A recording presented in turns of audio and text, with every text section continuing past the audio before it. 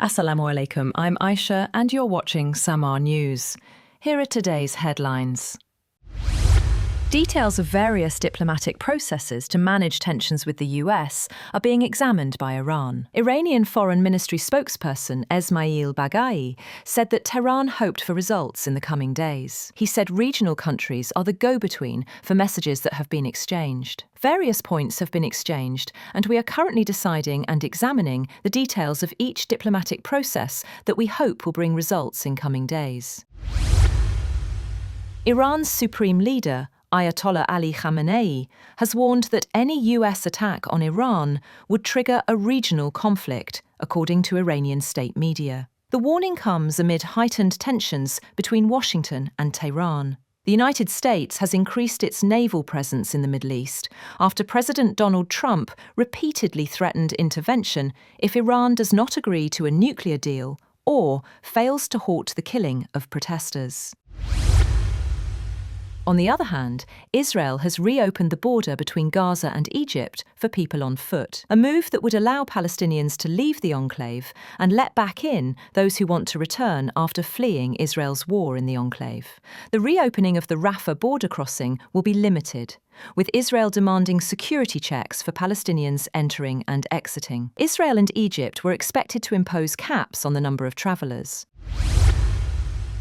Dmitry Medvedev, deputy chairman of Russia's Security Council, has said the US theft of toppled Venezuelan President Nicolas Maduro shattered international relations and could be considered by Caracas as an act of war. He said in an interview that what happened to Maduro was obviously a violation of any norms of international law at his residence outside Moscow. He added that if US President Trump was stolen by a foreign power, the US would certainly consider it an act of war.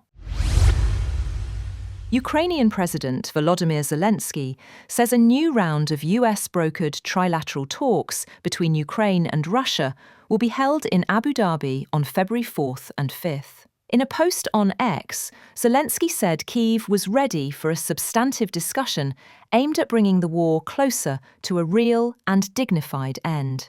He said Ukraine's negotiating team had confirmed the dates following a briefing on the talks.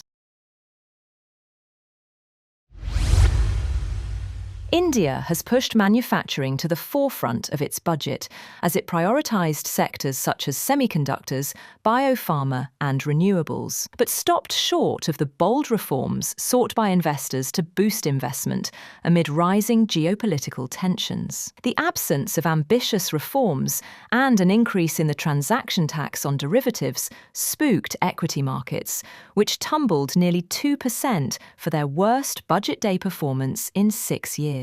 Finance Minister Nirmala Sitharaman cut tariffs on capital goods and doubled the budget for an electronics manufacturing scheme to 400 billion rupees. However, following a major setback at the hands of Pakistan, the Indian government has announced a historic 15% increase in its defence budget. The Modi administration would now allocate $85.4 billion to defence, equivalent to 1.9% of India's GDP. The budget earmarks a 21% increase specifically for the acquisition of new weapons. However, analysts warn that much of India's military hardware, including aircraft, is outdated or non-functional, and that the increase may have little practical impact on operational readiness. The IMF chief has said that global inflation is expected to fall to 3.8% this year and to 3.4% in 2027, helped by softer demand and lower energy prices. Managing Director Kristalina Georgieva said in a speech in the annual Arab Fiscal Forum in Dubai that global growth has held up remarkably well amid profound shifts in geopolitics, trade policy, technology, and demographics. That's all for now. For more updates, visit www.samaa.tv. Thank you for watching Samaa News.